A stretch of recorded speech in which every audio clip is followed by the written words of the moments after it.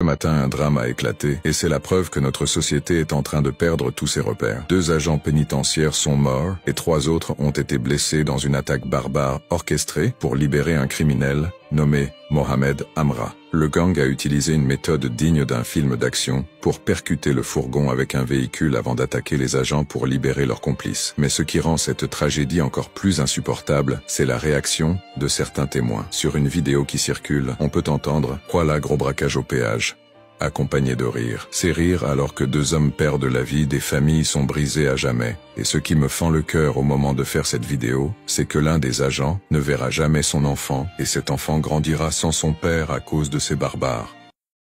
Voilà, gros braquage au péage. Trop baisé. Chiche.